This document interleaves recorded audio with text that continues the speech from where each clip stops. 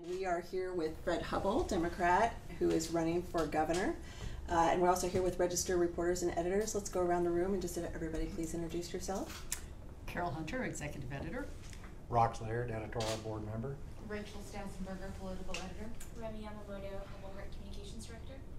Kevin Hardy, a reporter. Tony Lays, a reporter. Andy Dominic, editorial writer. Richard Doak, the editorial board. And we also have Senator Rita Hart, who is Fred Hubbell's running mate. So welcome to everybody.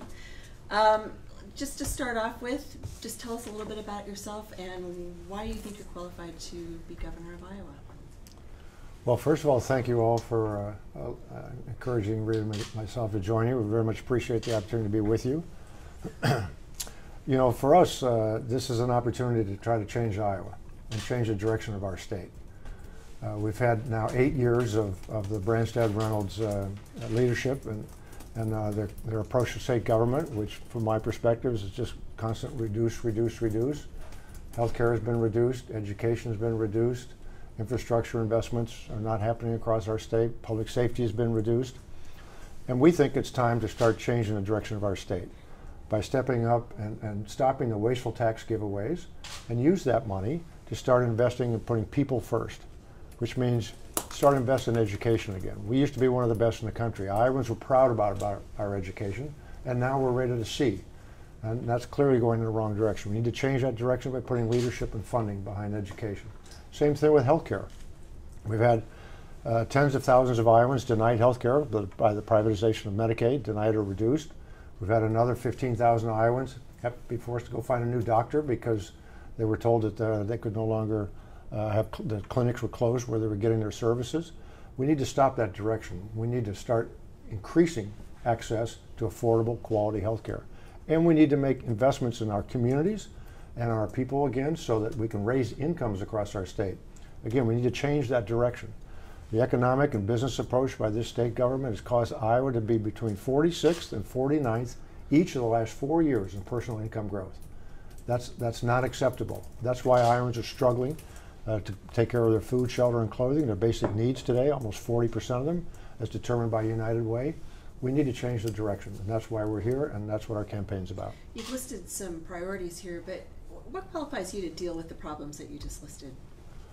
Well, my wife and I have spent the last 30 years working on our state for lots of different organizations trying to improve the quality and the values of Iowa. I used to serve on a Planned Parenthood board. I served on a Mercy Hospital board. My wife and I helped Broadlands expand their mental health services and hire 2 new psychiatrists. I've served on 3 different college boards and chaired 2 of them, trying to help improve access to education. I've also chaired the Iowa Power Fund for 4 years, making renewable energy, renewable fuel, energy efficiency investments all across rural Iowa. We invested over $500 million, only about $80 million of it was state money, in mostly rural Iowa. At the same time, I ran the Department of Economic Development when we had a scandal, a tax credit scandal that was out of control, and the governor needed somebody he could trust to go in and fix that scandal. And in the private sector, I've had the opportunity to run large businesses, not just in Iowa, but also across the country, where I've managed thousands of people and very complex budgets. And I think that's allowed me to gain the leadership skills, the experience, and the opportunity to travel across our state and meet with Iowans all across Iowa and listen and learn from them what they want to do to fix our state. And I think that learning experience, as well as the public-private sector experience I have, gives me the necessary background to be able to take our state in a better direction. Let's talk about healthcare for a second. That was one of the top priorities for Iowans when we polled earlier this month.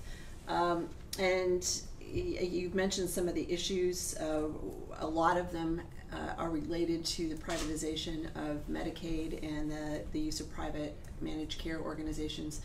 You've said you would reverse that. How do you go about that, though, when you have to rebuild a state agency and possibly could cause as much disruption as the first change was? Well, Rita and I have both been traveling all across the state, meeting with a lot of parents, a lot of providers, and a lot of patients, all involved in the Medicaid privatization system in our state. And we're hearing from virtually all of them that the system is a failure. It's not working. Providers are being driven out of business.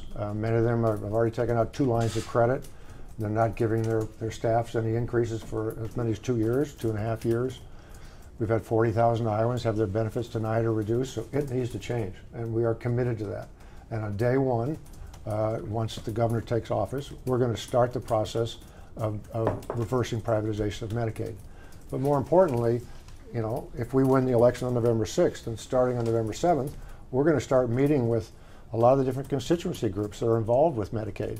You know, the parents, the providers, the patients, the communities, legislators, to try to listen from them and see what they think about what's the best way to start making real progress to help people get the care that they need and the providers get the payments that they need and the clarity that they need and what the rules are, and yet don't do it in a way that's not responsible. We want to be responsible about how we implement the changes so that we don't create more chaos out there like you're referring to, but we are going to start that process as soon as we can on day one of the administration. One of the issues that the state faced that caused Governor Branstad's administration to go down this road was the fact that Medicaid spending was so unpredictable. It would go up every year, but by how much? And you would end up having to pass a budget, come back, do supplemental budget bills because you didn't budget enough. Now you've got holes in the budget. So I mean, they wanted these private MCOs to take some of the risk, frankly, so that flexible nature of the spending is on them and not on the state. Is that a bad idea?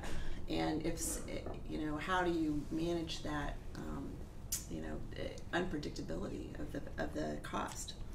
Well, I would suggest that if you look at your own newspaper, because you've written about that subject, I would refer to your paper where you say that the per member cost is going up, but 3 times the rate it was going up before. So I don't think they've done a good job at all at accomplishing their goal of putting more predictability in there, because they said that we would get lower costs, and now we're getting a higher cost, and the rate is growing much faster than it was before. They said that patients would get at least the same, if not better care, and providers would be taken care of. Neither one is happening. They made a bad decision to go as far as they did overnight, and they implemented it very poorly. What Rita and I are committed to doing is making sure that we treat the different groups of people that are in the Medicaid system the way they need to be treated, with a focus on outcome, quality of life, not on the profits of out-of-state companies. You know, all we do is keep sending money out of state, and you know, so that we can support the bottom line of these for-profit companies out there who are making their money by denying and reducing benefits to our patients and denying and reducing payments to our providers. We've had over 14 providers go out of business in the last couple of years, and there's quite a few more, believe me. We hear about them every time we go out there, that are basically just hanging on by the edge. You know, that second line of credit gets pretty expensive when you're not getting paid properly. More questions about Medicaid before I go on? Well, but follow up on Kathy's question, the fact is that Medicaid costs threaten to consume the state's budget. You know, historically, it just grows year after year. Doesn't something have to be done about the cost of Medicaid to the state? I think what we need to do is change the focus. Right now, the focus is all about on letting the for-profit managed care companies make their profit margins at the expense of Iowans. There's no focus in any serious way on quality of care, quality of outcome for the individual. Matter of fact, that's why one of the people that was appointed by Governor Branstad, a lifelong Republican, to be on the advisory board, raised his hand about how nobody's taking care of the disabled people in our state. Nobody cares about them. And he raised his hand on that committee and said, "What's going on? This isn't right." So the governor fired him. You know, didn't reappoint him to the committee. You know, that's what's going on. We need leadership that I think Rita and I are committed to providing, that balances the quality of care, the quality of outcome with cost management. You have to focus on both. You can't just focus on the cost and expect that you're not going to be driving your cost goals at the expense of people in an unnecessary way. We have people, I mean, we have an ad out there, you know, this gentleman Tucker, who's a nephew of Rita. I mean, you know, this young man has been put through more than any individual should be put through, and he's out there already with being a quadriplegic. He doesn't need these challenges, and he's been forced out of different situations, different caseworkers, different care providers, and that's not the way to treat people. You know, people are dying in Medicaid now because they're not being treated properly. So we need to have that balance between cost as well as quality of care. And if I could interject there, the management of that care is what matters, right? And if we look at what happened to Tucker, that was not good management. It ended up costing so much more because he ended up first in a hospital and then in nursing home care when he could have stayed at home as he has for years.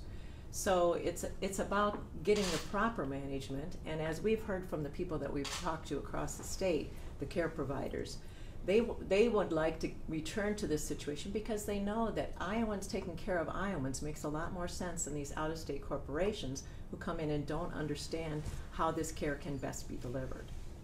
Can you talk about how you could I reverse just it add- and how long it would take? Could I just add one piece there? We also know that we used to pay 4 to 5% for the overhead costs of Medicaid. Now we're paying 12, maybe as much as 15. That's a lot of money going to overhead and profit margin that it all doesn't need to go there if we have a different kind of approach and we have more state control. The Magellan used to cost us 7%, and that worked a lot better than what we have today. So there's a lot of opportunities to be more cost efficient and still deliver better service. Go ahead, Tony. Can you talk about what it would take to reverse it and how long it would take? Would you do it in stages or? Well, what we want to do, as I said before, we're gonna start figuring out, working with the different constituency groups right after the election, and then we're going to begin a process starting on the first day that we have the opportunity to be in office. But we're going to, we're talking to the Attorney General, or we will be, about what do we do with those contracts that are already out there with the MCOs? How can we change those? We're going to have to talk to CMS and make sure that they understand where we're going and make sure they're okay with the direction. But we want to take a responsible approach, which means we are going to start the process. We are going to make change. There's no question about that. But we're going to do it in a way where we can mitigate the potential harm and confusion and chaos that those folks have gone through already 2 or 3 times. And they're already going to start going through it again with this new Centene company coming in here, which is a whole new set of forms and rules and regulations that they have to learn. So we want to go gradually in a way that we don't disrupt those people any more than they are, but we are going to be responsible and doing it as quickly as we can with as little disruption as we can. Do you take it to the legislature? Any of it? We're going to involve the legislators up front in understanding where we want to go and how we want to get there. So they're going to participate up front. But as far as passing legislation, do you see any need for actual law to facilitate any of these changes? Well, where we need to get legislative approval, clearly we will do that. But we all know that it was done without legislative approval, so we can start the process and move the direction we want to go without legislative approval to slow that down. Okay. Yeah. The Register is sponsoring a mental health forum on October 14th. Thank you for agreeing to participate in that forum. Give us a little bit of a preview. What do you think is the biggest priority right now for mental health for the state of Iowa, and how do you pay for it? Well, I like that question because, there's 2 things there. We need to change how we manage the budget in this state. To me, if you have priorities and you have a budget, you have to put the budget behind the priorities. Otherwise, you don't really have priorities. And unfortunately, we see with this governor and this administration a lot of communication, a lot of rhetoric about mental health, and we see a law that addresses some changes in mental health, but there's no money. All it is unfunded mandates down to local communities, and they don't have the money to do this. Rita and I have heard from countless numbers of providers of mental health services around our state that say, we're not going to do any of that because we don't have the money. And if we start the program to add this service or to add this program, we know we don't have the money to continue it, so we're not going to start it because we're not going to hire people and then lay them off. We're not going to start a service for somebody and then stop it. So we're going to be different. We're going to put the budget behind the priorities, and one of our priorities is putting leadership and funding and addressing our mental health crisis. That's why we put a plan out in early December, which we're very excited about because, we traveled around to 10 different locations in the state, 6 of them county jails, meeting with all kinds of different people involved in the mental health, substance abuse challenges in our state. And we learned from them, we listened to them, and then we put together a plan that we then vetted with those folks to get their input, to make sure we heard what they were saying. And that means that we need to put state funding together, some public-private partnerships for more beds at the acute care, long-term care nature at the state level. But most important, we need more beds and more services locally. That's where the biggest lack of services are, that's where the biggest lack of support is, and that's where the biggest investments are going to need to be made. You know, we don't have jail diversion programs in a lot of our communities. We don't have crisis intervention training. Very few places have mobile crisis units. You know, these things are all pretty easy to do if you just work together to provide the funding and the support to make it happen. One of the things that Rita and I have talked about is, you know, there's this Vision Iowa program that Vilsack used to have, which is a wonderful program helping to grow quality of life all across our state. What we want to do is regenerate that, but modify it a little bit so that it's more broad. And one of the things I want to add into that is, look, if a local community wants to create the local community-based support services for mental health and substance abuse because they don't have it, and they need that in their community, and they think that's very important in their community, and there are leaders that want to lead that effort and run those organizations, and the local community has private and public money to put into that, the state will be your partner. Use some of the Vision Iowa money for programs like that. Not just that, but for those kind of programs, because it's very important to get that developed and get that started across our state. Vision Iowa is a bonding program which carries some political challenges. Would you continue it as a bonding program? Do you have some other way to finance that? Well, the source of funding to allow that to be a bonding program is almost all paid off. It'll be paid off, I think, early next year. So that source of funding becomes available again. So yes, I would look to try to bond that again for those kind of projects. We can also use it for affordable housing, because a lot of communities in our state don't have adequate affordable housing anymore. We learned about a business that wanted to relocate to Owine. A lot of their senior people went to Owine, looked around, tried to find out what kind of housing was available. They couldn't find adequate housing, so they located elsewhere. You know, but the same thing, we have the same issue with internet. We need to get high-speed internet all across our state so people can work where they live. You know, we need to create opportunities to invest all over the state, not just in the, you know, big data centers here and the Southeast Iowa fertilizer plant. The original source for the bonding for Vision Iowa was that gambling revenue? Or, yes. Yeah, that's gambling revenue. So you would go that route again as well. Yeah, because all those bonds are going to be paid off early next year. Okay. Anything else about mental health? Mental health, do you think in the long run the funding for a lot of these services should be taken off of the local property taxes and the state should pick up more of that funding so it's more secure? Well, I think Rita and I both agree that our local communities are already given a lot of cost burden being pushed down, a lot of costs being pushed down from the state level down to our local communities. Property taxes are already under pressure. So what I think is that, and it's going to take some money, but what we also think is that local-based solutions are often better than just solutions driven from right here in Des Moines.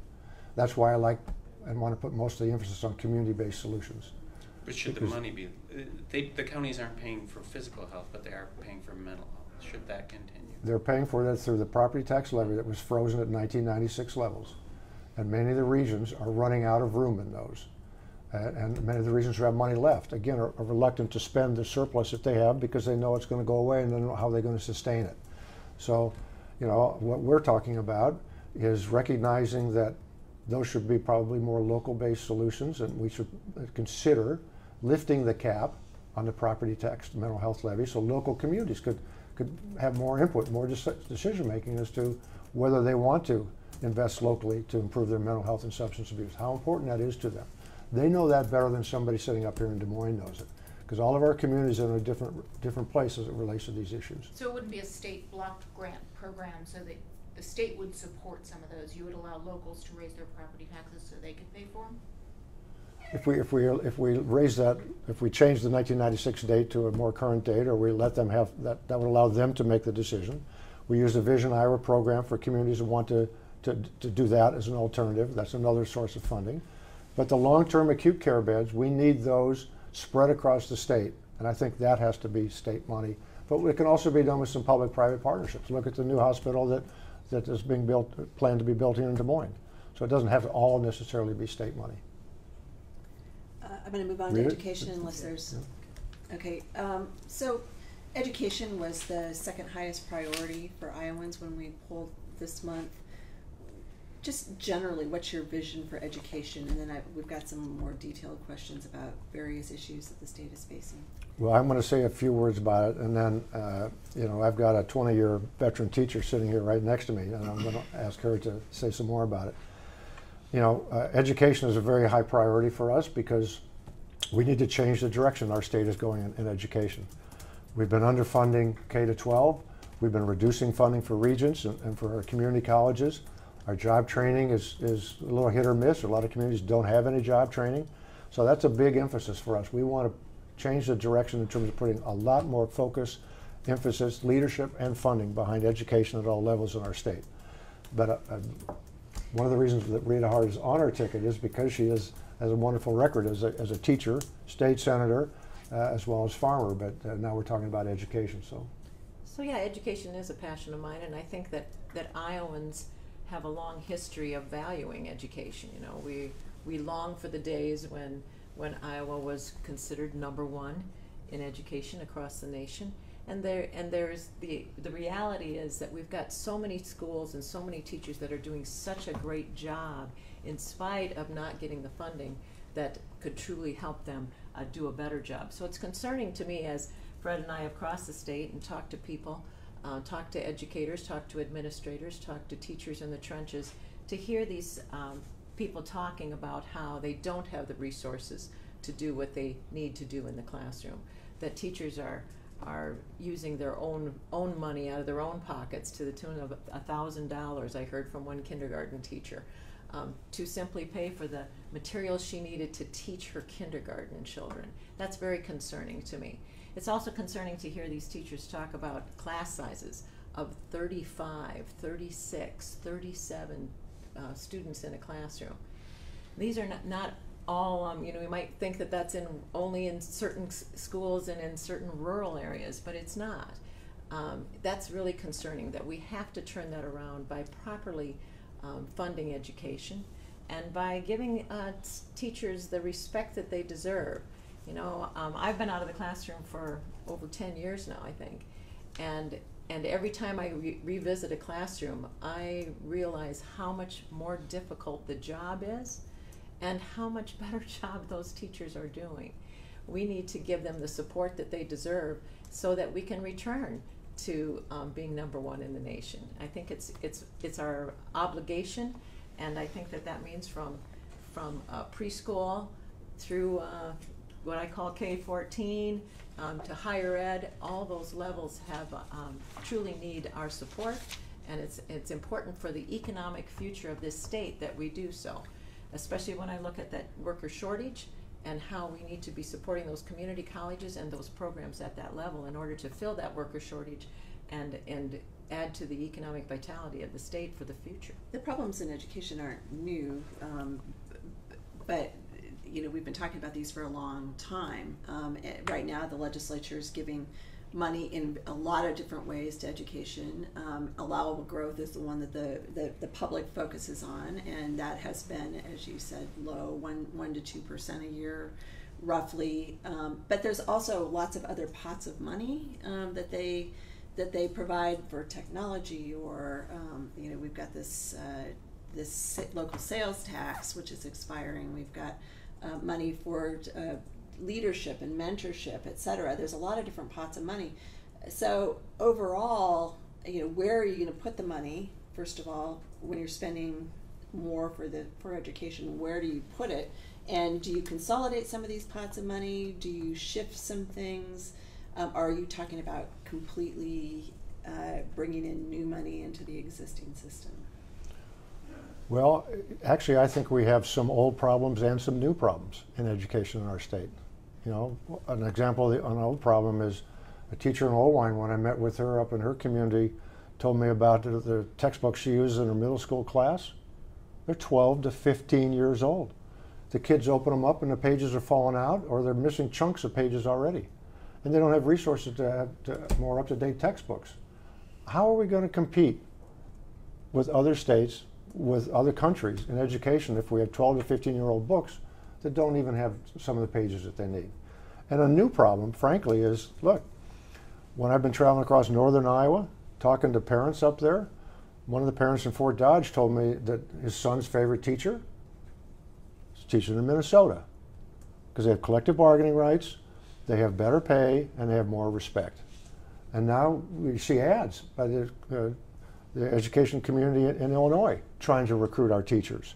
So one of the new problems that we shouldn't have had, but we have because this administration last year eliminated collective bargaining rights for teachers, which means our teachers are feeling that they're not respected anymore. They can't really bargain for their benefits anymore, and some of those are being reduced. Some of them had base salaries and supplemental pay, and the supplemental pay is being eliminated. You know, so a lot of our teachers are feeling, why do I want to be a teacher anymore? We had 400 fewer people that graduated with education degrees at the end of the school year in 2017. 400 fewer than usual. That's a big decline. And a lot of the ones who do are deciding, well, look, there's greener pastures elsewhere. I can get better pay, better benefits, and more respect by not being a teacher. So that's a new problem we need to address. We need to help people realize that education is key to the future of our state. As Rita said, it's key to the future of our economy.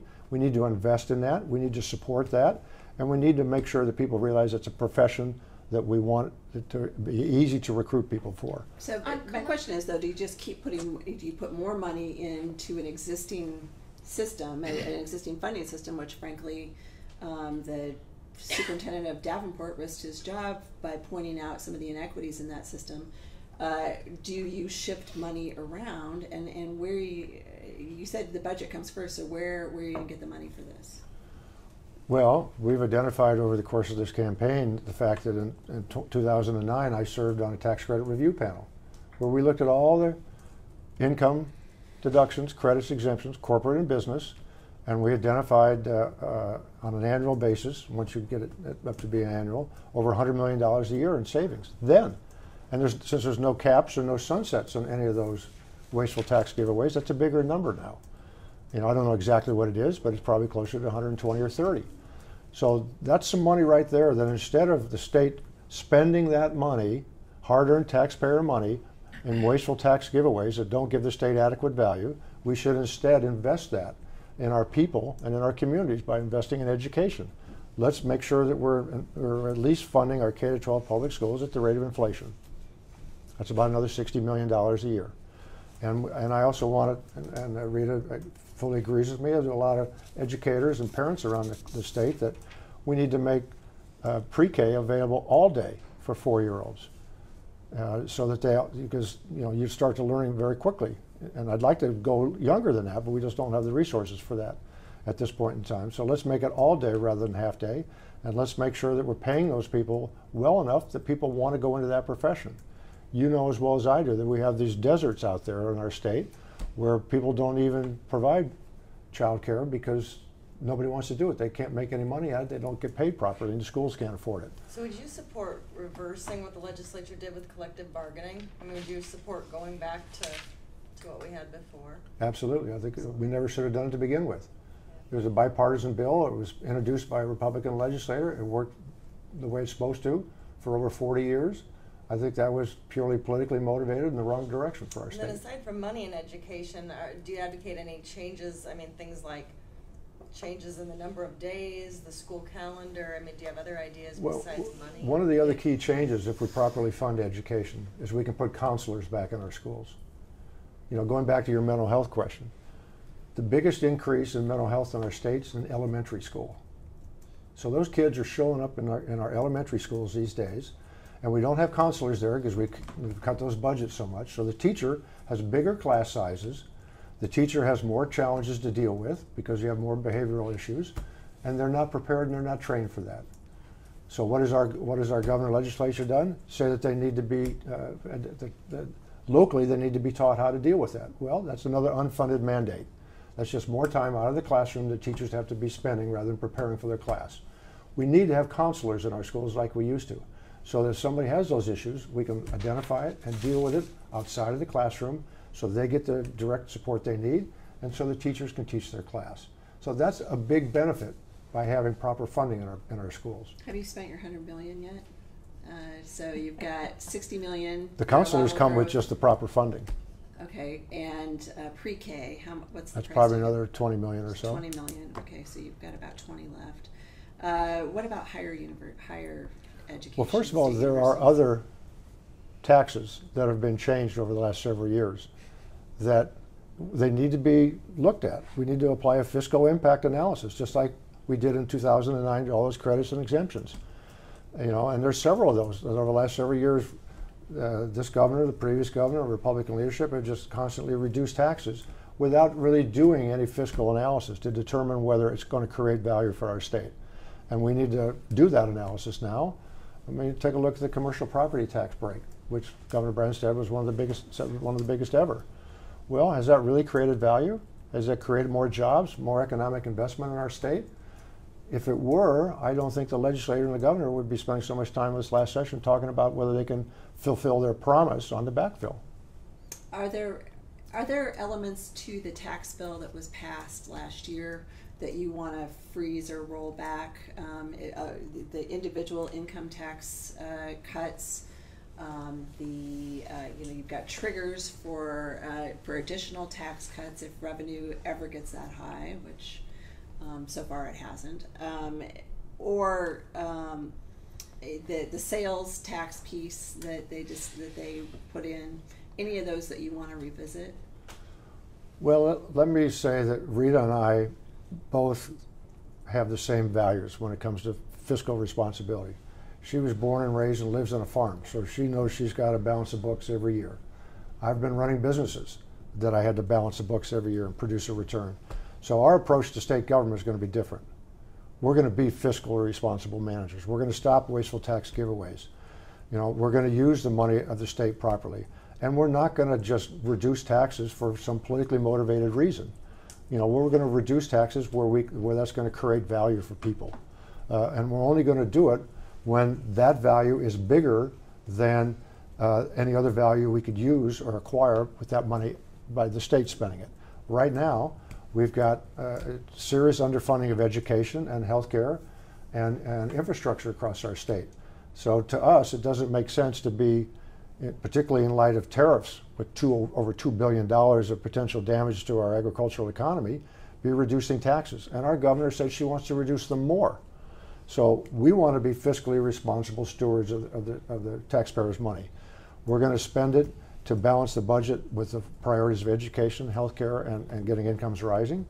And after we've invested there, what we think makes sense to invest, then if there's money left over, yes, we want to give that back to the taxpayer. But we're going to focus on middle-class tax cuts. That's where the benefit needs to be. The United Way's across our state did a survey. They do it every 2 years. The most recent one shows that almost 40% of Iowans who work can't take care of their food, shelter, and clothing requirements. Almost 40%. 2 years ago, that was closer to 25%. So it's getting worse and worse. To our point, we don't need to be giving tax credits and reducing our taxes for big businesses at the expense of small and medium-sized businesses who create most of the new jobs. And we don't need to be giving it to the wealthy people that don't need tax cuts. We need to focus, if we're going to make tax cuts, and if we can afford them, on middle-class people who really need that break. Are there some tax increases in all of that, in your view, that we're going to see from you? Well, Rita and I, we talked about the wasteful tax giveaways. It's important to recognize that in my view, our governor continues to spend taxpayer dollars on wasteful tax giveaways. And we want to stop that spending. We want to use that spending to invest in people with education and healthcare. So if you take away a credit that corporations are getting now, that's a tax increase, right? I think what it is it's a reduction in spending. It's a tax expenditure. That's money that the state is spending. It's choosing to spend it that way. And it's spending it in a way that's not creating value for all the other taxpayers. You know, why should we give 25 companies, or excuse me, 10 companies checks every year that don't pay income taxes in our state when all the other companies are paying a higher tax rate because of that? That's not fair to all the other taxpayers who pay higher rates, while those few companies get checks written to them. That's not raising taxes, that's trying to create tax fairness, tax equity. I think that's a much different approach. But would you reverse any of the tax cuts that have happened recently? Well, and, I think and in what, effect raise taxes. if we're gonna change our state and be fiscally responsible stewards of taxpayers' money, then that if you're referring to that new tax law, we're going to have to take a look at that and find out, you know, how bad the tariffs are, how badly that's affecting your local citizens, how badly that's affecting state revenues, and find out whether we can afford, how much and if we can afford that tax cut. I said before it was even signed or approved that we should not do that because it was fiscally irresponsible, because we knew tariffs were coming, we knew trade wars were coming. Well, now we see them, and now they're probably a lot worse in magnitude than we expected they would be.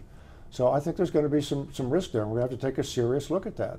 Well, there was a report last week, though, that the state revenue came in $95 million more than anticipated and $127 million surplus. I think that's the figure. So, Yep. I mean, aren't these tax cuts actually working to stimulate the economy? Why would you say that that's not the case? Well, you know, all numbers are important in absolute nature, but what's more important is what caused the number to be what it is. You know, take Medicaid as an example. The governor likes to say that we're saving money. The people who run DHS like to say we're saving money, but they have no proof whatsoever. And the numbers are moving all over the place. We saved 12, we saved 25, we saved 32, we saved 10. I mean, they don't know what those numbers are. So I don't, and when they were asked about this surplus, the people at state government that are responsible for the budget couldn't explain it. You know, they don't know why it's higher than it was. So, you know, I don't get a lot of comfort from the control and the understanding that the people running our state budget today have. Otherwise, they'd be able to convince all of us why this is happening, particularly when they, just a few months ago, took $35 or $34 million out of our state budget and said that we have to do this because we can't afford not to. Before we move off the subject of taxes, Kathy's referenced the Iowa poll a few times. As you probably know, in the Iowa poll, even some of your supporters were disturbed that you haven't released more about your personal taxes. Can you offer Iowans an explanation for that, and have you rethought that decision? We put out our tax information as soon as we had year 27 information available. It shows how much taxes we paid, it shows our deductions, it shows our charitable contributions, it shows the actual income that we had. If you look at our financial disclosure form that we're required to put out anyhow, that shows all of our sources of income, $1,000 on up. And I think that's the information that people need. Sources of income. Why release more? You know, as you know, the governor released 10 years, I believe, worth of taxes. They released the actual documents. Why not release more? We put out the sources of all of our income. People can see that. We also showed how much taxes we paid. We showed what our income was, the deductions and charitable contributions. It's all out there. Was there ever a year when you didn't owe any taxes? That's what Republicans tend to insinuate, that you're not showing voters by not releasing more tax information. I think both my wife and I have never had that opportunity. You've never had the opportunity not to pay taxes? Right. Republicans also say that you are being hypocritical because you've accepted tax credits in the past and now you don't think they're good for the state. How do you respond to that? That's an interesting question because I don't see that to be hypocritical at all. What I see is two different areas of responsibility. If you're running a business or you're running a family, you have an obligation to take advantage of credits or exemptions, deductions if the state makes them available to you. Matter of fact, if you're running a business, you have a fiduciary obligation to do that. On the other hand, if you're responsible for state government, then you have a responsibility to be a fiscal responsible steward of taxpayers' money and not give away credits, exemptions, and deductions that don't create value. It's a completely different perspective. And believe me, I said in 2009, economic development, we should have stopped those. That's what our tax credit review panel said unanimously. We should stop giving away money that's not creating value for our state. And that's the approach I'm going to take in state government. They also have spent a lot of money on advertisements to claim that you can't relate to regular folks because you were born to wealth. And I know that the easiest way to respond to that is maybe to counterattack, but can you respond by talking about your upbringing, talk about yourself and how you learn to relate to people who, you know, may be less advantaged than you? Well, I think Iowans are really not so focused on where you come from, but they're focused on, do you care and do you listen and what do you want to do for them? And you know, I've been traveling all 99 counties before the primary. I've been traveling a lot more of them since. Rita's been going to a lot of these counties. We share experiences. And what we're talking about in our campaign is what we're hearing from people all across the state, whether we meet in their homes or in their farms or in their businesses, their coffee shops. People are saying, look, we want change in our state, but we want somebody who understands how to make the change. It isn't just going to talk about it, but it's going to actually do it. And we want somebody who's going to make the change that's going to make our lives better. They want their kids and their grandkids to be able to have the choice of living in their communities rather than being forced to move because there's not adequate housing or not adequate internet or not adequate job opportunities. So we're focused on improving access to quality education, job training, high-speed internet, and housing across the state. People are complaining all the time to us, you know this, about lack of support for mental health and substance abuse and this privatization of Medicaid. You know, one of the biggest employer in rural Iowa is healthcare. And they're also not a big employer, but they're one of the ones that pay the best. And so as we keep forcing those to close, people are saying, look, what are you going to do? Why is it going to get better with you? So we're listening, we're learning, and we're talking about how we're going to make their lives better. And I think that's what people are interested in. They want to know, do you care? Do you have an idea how to make it better? And do they believe you can do it? And I can tell you too, that as we've gone through this campaign experience, and I've gotten to talk to a lot of people who know Fred many different ways, all different walks of life. And many of them are people who have worked for him and worked with him. And every one of them talks to me about how easy he is to relate to, and how he's such a good listener, how he was a good boss, how he can relate to people no matter where they come from. You've been critical of the way the Branstad Reynolds administration has worked to attract businesses to Iowa, including the use of incentives and subsidies and these tax credits that we've been talking about. But there have been past successes in trying to diversify Iowa's economy by using this method, including building up the insurance industry, which of course your family knows all about. And you know, also using these methods as sort of the standard for how to compete with other states for jobs. So, you know, why is your way better? Are all of these old tools just completely useless and, you know, not worth continuing? Well, let me say a couple things. First of all, at economic development, we didn't stop all credits. It's not like we didn't use any. I think we were more judicious and more thoughtful about how we used them, because some are very good. But let me just say generally that, you know, I learned in business that the best decisions are the decisions that are made closest to the people that are impacted. So, for example, you know, when I was running Equitable Life Insurance Company, and we had agencies across Iowa and many other states in the country, I visited most of our agencies and talked with our salespeople, our sales management, talked with our customers, and learned about, you know, what they liked or didn't like, or what training they had or didn't have. And so what I realized is, yeah, I could sit in headquarters in Des Moines and think I have all the answers, but I'm wrong. You know, because they're the ones out there meeting with the customers. They're the ones out there actually having to try to educate a customer about why this product is better than that product. And that's how you learn about how to grow the economy, is by listening to people out there living it day by day. So our approach is going to be, like I said, with a Vision Iowa. I want to take the approach that if a local community has a good idea for how to improve their housing or improve their community mental health services or expand high-speed internet to outside the little town and into the farms and the houses out in the country, if you will, and if they have ideas of how to recruit psychiatrists and psychologists that they can't get, or teachers that they can't get, and they're willing to put money into that themselves, then we're willing to be their partner. If it's for jobs, then we'll help pay off their student debt. If it's for one of those other activities, you know, housing or economic development or community-based support services, then we'll help pay for that. I would rather spend our investments spread all across the state based upon local ideas, local leadership, local initiative, than trying to sit here in Des Moines and figure out we know what's best for all of Iowa because we think we have all the answers and what's good here is good there. It's not the case.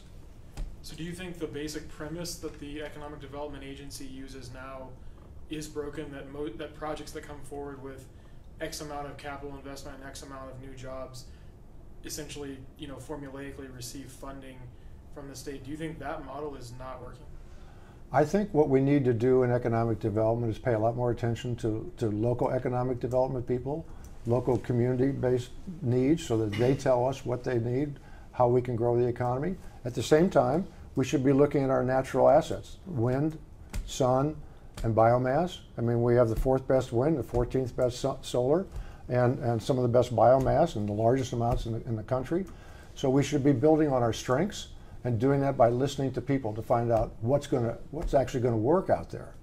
I learned early on in business that the best ideas aren't the ones that just get thrown over the transom because somebody says you should buy this company, you should buy that one, or this consultant says buy this one. You need to do your homework and find out what are your strengths that you can build on in your state, and some of the strengths are the local ideas. So let's recognize, let's try to grow our solar industry. We took wind from 1,500 jobs to over 7,000. Solar has a little over 1,200 or 1,500 now. We could probably have 4,000 if we wanted to. And biomass, we could certainly create a lot more jobs around that, particularly the back end of biodiesel and ethanol.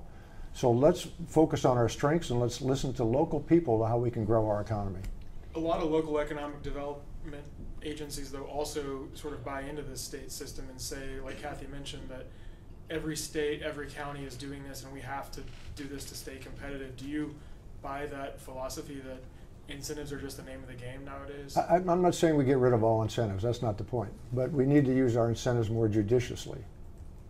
One of the challenges we hear So from as an businesses example, are- the film tax credit scandal, we thought we could grow our economy by just having a lot of tax credits.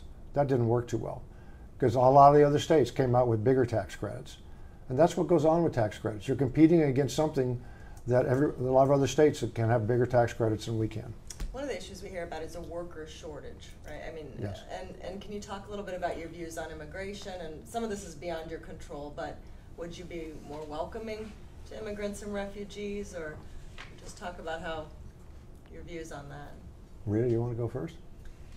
Well, we think that that it's really an important issue that we support the industry out there that's presently using that needs labor, and we know that Iowa is a state that is losing population, and so we have to strike a balance here. That we have to be a welcoming state. We have to be cognizant of the fact that that we have to create policy that is smart and encourages people to come to Iowa, because we need that labor too, particularly in certain areas, and agriculture would be one of them.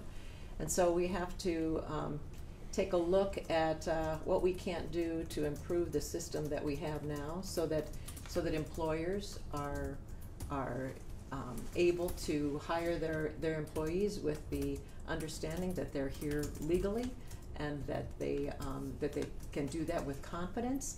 And yet we have to create that climate that says Iowa is open for business, and we want people to come here and be a part of our culture and find out what a great place Iowa is to live. I think your question, as Rita said, goes to the heart of one of the biggest challenges our state has, is growing our population.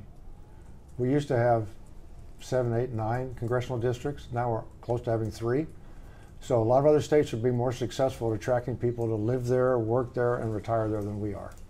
That hurts our economic growth, and it hurts, the revenues for the state to be able to supply the services that we need. So we want to take a different approach. We want to recognize that as a challenge, and we want to go to work on it. Well, one of the first things you do is you pay attention to this Gallup poll that says millennials move to where they want to live, and then they look for a job. They don't move to someplace for a job first. They want to go where they want to live. So we have to work hard, I think, to create a better quality of life that attracts young people to want to stay here if they're already here, or move here if they're not here. Because fundamentally we need more young people to drive our growth. And one of the ways to do that is, we need to improve this whole idea of long-term funding for our natural outdoor resources, protecting our water quality and preserving our topsoil. Because if we can provide long-term funding for that, then we can clean our waters up, and we can have more more hiking, more biking, more swimming, more kayaking, canoeing, hunting, fishing, boating, all over our state. And that's the best quality of life that we can offer people, besides just the quality of life of having, friendly people that live here, friendly people that are very productive workers, and people that like to live in a less stressful environment. Are you talking about the 3/4 penny for the conservation trust here? The 3/8 of a cent. Yeah. And But would you go higher than that? Than 3/8 of a cent? I think the 3/8 of a cent is what we need for funding that. That's $150 to $180 million a year. It's already laid out how it should be spent. Everybody in Iowa wants clean water. All of us want clean water. And I think all of us want to preserve our topsoil. My gosh, we're losing 5 tons of topsoil per acre per year. We can't keep doing that. Otherwise, we're not going to need farmers, because there's not going to be anything to farm. So down the road, we need to recognize these kind of leadership decisions, these kind of efforts to bring people together on a bipartisan basis to move our state forward needs to happen. That's some of the change that we want to bring. Minnesota has passed this law. Missouri has passed it. 12 other states have passed it. We're falling farther and farther behind when it comes to quality of life, to be able to attract people to want to live here and work here. There has been talk, though, about going as high as a penny and using some of that extra money for priorities such as mental health. Is that an approach that you would look at? Well, I want to go back to this gentleman's question. I mean, I'm not anxious to raise taxes until we can prove to the taxpayer that we're already doing a good job managing the taxes they're paying. And I don't think we're doing that yet. That's why I keep talking about these wasteful tax giveaways. As long as we're continuing to do that, I don't want to go raise that extra 5/8 of a cent, because I think we need to demonstrate to taxpayers we're creating good value with the taxes they're paying first. So where does this conservation sales tax fall? Are you saying do a year, 2 years, 4 years of budget reform before you look at this conservation trust spending, or is that maybe I'm misinterpreting what you just said? No, I'm that is one, because it has so much opportunity for our state. It's a huge investment in rural Iowa. We're talking about $150 million a year. Probably at least $130 million of that would be invested in rural Iowa, improving not just their water and their topsoil, but also their lakes and recreation and tourism opportunities out there. Look at what the bike trails have done for rural Iowa. We can be doing more bike trails. We can actually clean up our parks. We can have park rangers. We can have our benches repaired, our the restrooms in the parks repaired, so people want to go to the parks again, and so they feel safe. And so go camping. That's quality of life. That helps attract people. So that's important enough that that's something that we're willing to lead on from the very beginning, because what that's going to do is going to allow us to start uniting our state. We're way too divided now, and this governor and this legislature have constantly tried to divide us. We want to pull people together, get people focused on something that everybody wants, which is clean water, preservation of topsoil, and an enhanced quality of life. And I think we can convince taxpayers. If you look at the polls, taxpayers show every single year that they want to raise that sales tax to fund that. So let's give them the opportunity to do that. Speaking of divisions, there's a lot of controversy over Governor Reynolds' decision to sign the fetal heartbeat law, which would eliminate virtually all abortions in Iowa.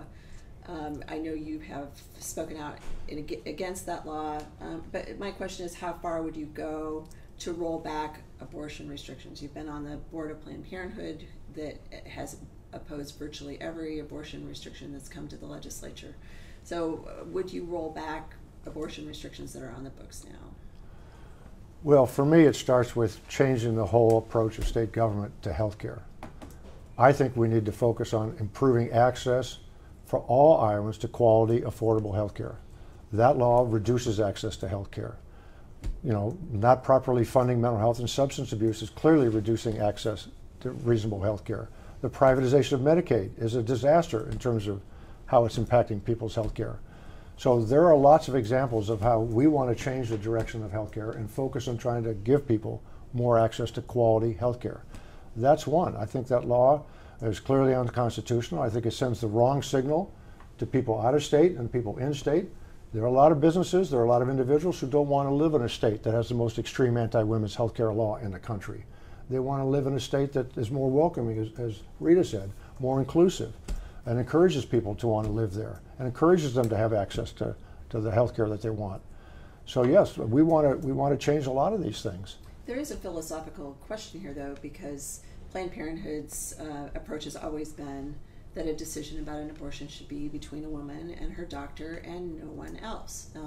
While there are a lot of laws on the books right now in Iowa that intervene in that decision, would you roll some of those back? And if so, for example, one that is been on the books for a while, it deals with late-term abortions. Do you decide that that's going to be between a woman and her doctor, or do you leave that law on the books? I think that most people in Iowa and in general, I think Rita and I both feel that Roe versus Wade sets out some pretty reasonable guidelines trying to protect the interests of the individual woman to make her decision, but also recognize at some point the state has an interest. And I think that sets out some good standards that we should try to aspire to maintain in our state. And the state having an interest basically when the fetus is viable, essentially, outside the womb, when the fetus can be viable, is that when the state starts to have an interest? I think Roe versus Wade defines it a little bit differently than that. And there's always there has to be a balance. A woman has a right to choose. A woman has a right to control her own body, just like men have the right to control their own body. We don't have laws that tell men what they can do and can't do. And I think the woman deserves the same right. But at some point, there also is the state interest. Just like, free speech says you can say almost anything you want, but you can't go into a movie theater and yell fire, right? At some point, there is also a right to the state that has to be balanced with the woman's right. As you indicated, this is before the Iowa Supreme Court right now. And the governor's lawyer in a public speech recently made the point of saying this election is an opportunity to weigh in on the choice of judges in Iowa, because the governor makes that hire from a list of candidates. Can you talk about how you would approach choosing judges from the nominees that come from the nominating commissions? Would you look at, are they going to vote this way or that way on a particular issue? I very much appreciate that question, because Rita and I and our administration would take a much different approach. I think the judicial nominating commission structure we have now is what we want. It's worked very well for our state, and it's allowed our state to be recognized as having one of the best judicial systems in the country. Because we have not politicized the process, which it sounds like that's what the governor wants to do. I don't think that's appropriate. I think it's good to have an independent commission that solicits people to apply for those positions, and then the governor's given 3 choices to choose from. If they don't like them, send them back to the commission. They come up with 3 more, or the same 3, but the governor doesn't choose that judge. It just comes from the choices given to them by the commission. I think that's healthy and a very correct way to go, so that we actually do have a third branch of government that operates independently from the other 2. But would you ask the candidates that you're interviewing how they would vote on certain issues? I think it's important to have people that in our judge, both the appellate court and the Supreme Court, people that have a decent background in terms of education and training in the law, have experience in the law, and have different kinds of experiences, so they're not all coming from the same kind of legal background, and also people that represent the kind of people that we have in our state. So we should try to encourage to have as much diversity as we can on our courts, and I think that's the most important thing. No litmus tests? No, I wouldn't have litmus tests. I want people who are thoughtful and who have an open mind. I have a ton more questions, but we're getting to the end of the hour, and I want to be respectful of your time. Is there any last one you want to get in before we wrap up here? Okay, well, so thank you for being here. I want to ask you one last question, which is sort of an open-ended. Why should the Des Moines Register endorse you? Well, I think that, as I said at the very beginning, both Rita and I feel that it's time to change the direction of our state. We've had 8 years of this constant reducing benefits, reducing services, reducing quality of education, reducing protection for people in terms of safety. And we think that's not going in the right direction. There's no vision to where that's taking us other than smaller and smaller. And we think that instead, if we focus on the long term of our state, then we can change how we approach education and make investments in our people so that everybody has quality lifelong learning opportunities in our state. And we can in fact start to improve access to health care by starting right away with the reversal of the privatization of Medicaid, starting to actually fund improvements in mental health, and we laid out a plan to do that, starting to actually help people get higher incomes in our state so we don't have so many people working 3 to 4 jobs just to take care of food, shelter, and clothing, or food in the tummy of their kids going to school on Monday. You know, Rita and I have been in so many classrooms where the teachers say Monday morning is by far the worst day of the week. Because so For many. everybody, isn't it? No, but think about it. If you're in this classroom, it's because so many kids are coming into their classroom on Monday morning and they haven't had anything to eat for a day, maybe even 2 days. 40% of the kids in our state go to school now, in our public schools, with qualifying for free or reduced cost lunch. 40% of the kids are doing that. So they're all showing up there with empty stomachs. Now you can't be thinking about math or science or art, you know, if your stomach is bothering you. So that's why Monday mornings are by far the worst, because it's the most days. So we want to change the direction of our state, put people first, and excuse the way I'm going to say it, we want to put heart back in our government. Not just read a heart, but also the heart of the leadership, so that we actually care about people. And we start giving people the support and the services and respect they need to be successful so they can help us grow our state. Right. But we also realize, you know, that we need some help trying to win this election. And you're certainly a very important voice in the community and across the state. All of you are, collectively and individually. And you know, if we had your endorsement, that would certainly be a big boost to our campaign. Okay, thank you very much, Fred Hubbell, Senator Rita Hart. The Des Moines Register is interviewing candidates all week and some into next week. You can see the schedule on DesMoinesRegister.com. And please also see DesMoinesRegister.com for all of our wonderful coverage of this campaign. Thank you.